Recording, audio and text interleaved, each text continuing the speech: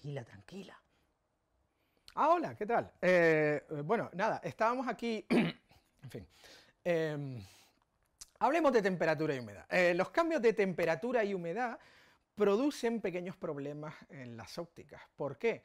Porque si la óptica no tiene una montura y la cámara no tiene una montura que sea estable dimensionalmente, ahora explico lo que es eso, va a haber unas diferencias importantes, suficientemente importantes como para afectar al enfoque, en las distancias que hay de registro, es decir, la distancia que hay, por ejemplo, entre la última lente del bloque óptico y el sensor. ¿Por qué? Porque con diferencias de temperatura y humedad, según el material del que esté hecha la montura, podría producirse una dilatación o una contracción de ese material. ¿Esto qué quiere decir? Que de repente la marca que nosotros tenemos de distancia en la óptica no sería real. No podríamos, después de haber medido con decámetro o con cinta métrica o con cinetape o por medio de medidor láser, con cualquiera de ellos, no estaríamos cuadrando esa distancia. Cuando la colocamos en la escala no equivaldría a eso. Las ópticas deben estar calibradas con precisión y para eso es necesario que su montura y la montura de la cámara de cine que utilicemos también utilice el mismo tipo de material, el mismo tipo de metal que sea estable dimensionalmente. Y ya digo, esto implica en el 99% de los casos, sobre todo con monturas PL, pero también con otras, que estamos utilizando acero inoxidable. Siempre en las ópticas, y en el caso de la montura de cámara, si la cámara tiene que ser más ligera porque se tiene que montar en un dron, en un cardán, etcétera, etcétera, pues también puede que nos encontremos con una montura de titanio.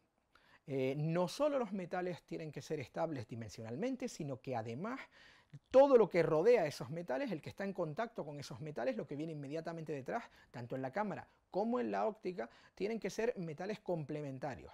¿Esto qué significa? Son metales a los que sí afecta la dilatación y contracción por cambios de temperatura y humedad, pero les afecta exactamente de la misma manera, de modo que siempre sea equivalente la dilatación o la contracción entre ellos. Todo esto, insisto, va destinado a que no cambie la distancia que hay de registro entre el último elemento del bloque óptico y el tamaño del sensor, para que podamos seguir teniendo las escalas bien calibradas con respecto a aquello que vamos a medir. Cuando esto no ocurre, pues tenemos que hablar de un proceso que, dependiendo del tipo de óptica, si es una óptica más utilizada en broadcast, se suele hablar de back focus, y cuando se trata de una óptica cinematográfica se habla de colimación, y hoy vamos a hablar de eso en este capítulo. Si por el motivo que sea la óptica se descolima, es decir, no tenemos esa precisión, no corresponde lo que viene marcado en las escalas con lo que realmente estamos midiendo, porque ha ocurrido un problema de dilatación o contracción de los materiales o cualquier otro desajuste, hay dos maneras fundamentales de arreglar ese desaguisado que dependen de dónde nos pille el problema. Si nos pilla en rodaje, evidentemente no podemos hacer una colimación óptima en ningún caso. Se puede usar una serie de cuñas para corregirlo, pero no va a ser una colimación verdaderamente bien calibrada. En este caso, que nos toca hacerlo sobre la marcha, lo ideal, y cualquier auxiliar lo sabe, es contar con algún tipo de pequeña carta de resolución, o basta con que tenga simplemente una estrella Siemens, ¿vale? Es como estas que veis aquí. Pues bien, esta sería la primera herramienta. Otra que se podría llegar a utilizar es un colimador portátil, pero ya digo, ya implica un poquito más de trabajo y normalmente en el rodaje no vamos a tener ese tiempo. El proceso de colimación implica expandir o concentrar los haces de luz en un haz paralelo, de modo que cuando realizamos la colimación siempre estamos yendo a infinito. Esa es la cuestión para conseguir, ya digo, o bien un haz de luz paralelo o bien una columna. Teóricamente, una vez que conseguimos tener la colimación perfectamente en infinito, no hay ningún problema para que las marcas estén ajustadas con precisión en todo el rango de la óptica. No obstante, siempre viene bien hacer también la prueba con la distancia mínima de enfoque. ¿Cómo lo hacemos? Muy fácil. Cotejamos directamente lo que estamos viendo en la óptica directamente o en el ocular del colimador portátil con lo que hemos medido con cinta métrica, decámetro, cinetape, láser, etcétera, etcétera. Y si cuadra como debería ser teóricamente, no hay ningún problema y la colimación es perfecta. Dado que habitualmente con los materiales estables dimensionales de las monturas de cámara y de óptica, cuando estamos trabajando en cine, no se prestan tanto a cambios por culpa de la temperatura y la humedad como ocurre con las ópticas broadcast, no es tan necesario estar encima de este proceso todo el tiempo.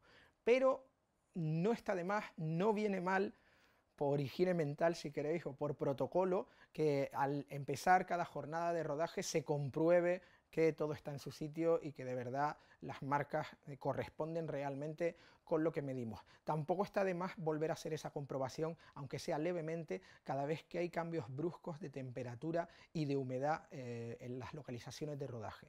¿Cómo podemos estar seguros de cuándo es suficiente o no como para por lo menos tener que realizar una comprobación simplemente por si acaso? Pues cuando nosotros mismos, el equipo que está rodando, tenemos que quitarnos o ponernos algo de ropa.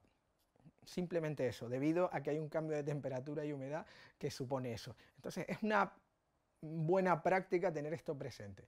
Vamos a comprobar que realmente la medición está bien cada vez que haya un cambio de temperatura o de humedad lo suficientemente fuerte como para que necesitemos quitarnos o ponernos alguna prenda de ropa.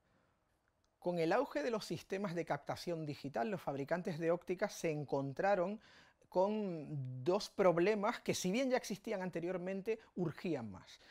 El primero de ellos es el tema de los tamaños de sensor, de los que ya hemos hablado anteriormente.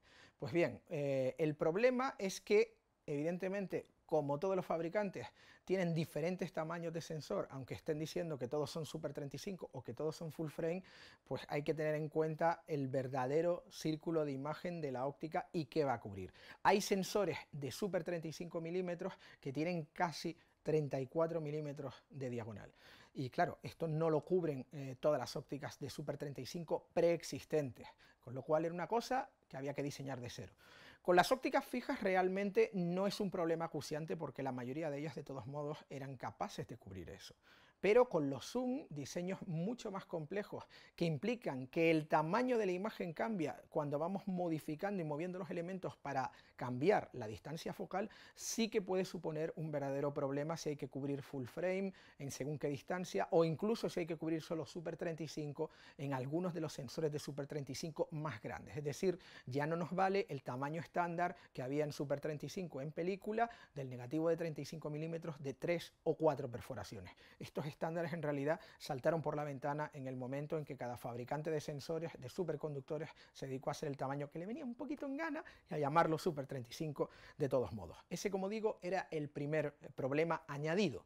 El segundo problema, por supuesto, es que al fin y al cabo el plano de una película, pues al llegarle la luz con distintos ángulos de incidencia, es capaz de percibir y es capaz de reaccionar químicamente a la luz en casi cualquier ángulo, es una cantidad de ángulos bastante amplios sin problema. Sin embargo, nuestros amigos los píxeles prefieren que la luz les llegue perpendicular, de modo que eso supuso que había que buscar en el diseño de las ópticas pensadas para sensores de captación digital que fuera más telecéntrico o casi telecéntrico. Las ópticas del todo telecéntricas no existen, por así decirlo, pero se busca un diseño casi telecéntrico. ¿Qué significa esto de telecéntrico? Lo que significa es que se busca que la mayoría de los haces de luz lleguen de manera o entren de manera perpendicular a el bloque óptico y que por lo tanto lleguen de forma perpendicular al sensor, que es donde debería estar el plano focal.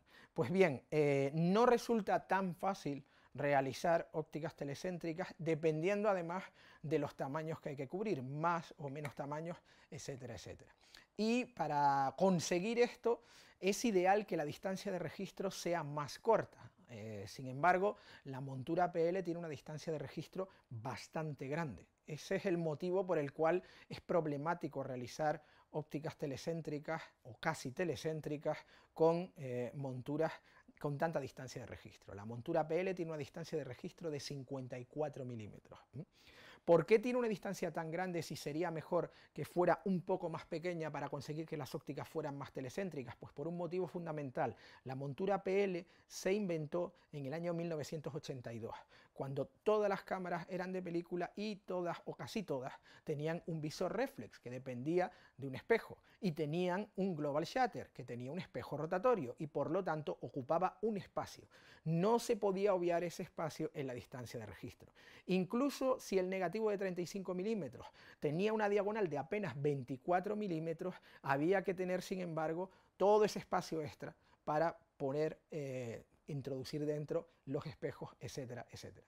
Ese es el único motivo por el cual es tan grande la distancia de registro de la montura PL. Y es un problema considerable para conseguir, insisto, ópticas telecéntricas o casi telecéntricas con tamaños de sensor cada vez más grandes.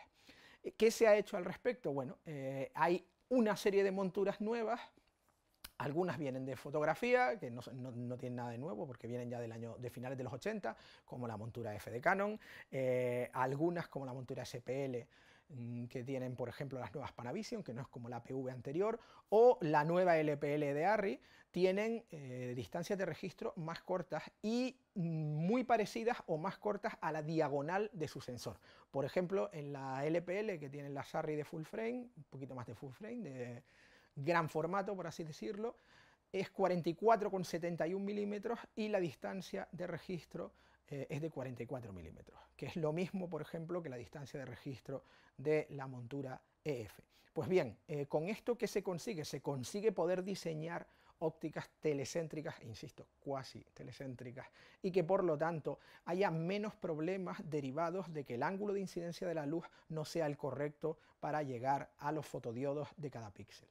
En aquellos casos en los que no es posible que la óptica sea casi telecéntrica, siempre viene bien otro invento que han ideado los fabricantes de cámaras y de sensores, que es añadir microlentes en la capa superior del sensor. Las microlentes son una especie de, vamos a llamarlo así, de lupas que aprovechan mucho toda la luz que entra en distintos ángulos al sensor y la redirigen a la parte sensible del píxel, es decir, al fotodiodo, con lo cual, pues bueno, corrigen un poquito este ángulo de incidencia diferente. Por otro lado, las ópticas telecéntricas no son nuevas, se han utilizado toda la vida en maquinarias de visión y sistemas de control de calidad que necesitan que sea muy precisa la forma y el tamaño de la imagen. Así que la mayoría de las ópticas cinematográficas modernas intentan ser un poco más telecéntricas y conseguir que haya menos viñeteo en la esquina. Y justo después de 40 años de evolución óptica para mejorar esto, resulta que llegan los hipsters de turno y deciden que lo que está de moda es que haya un viñeteo brutal y flare por todos sitios. ¿Qué le vamos a hacer? Se la vi.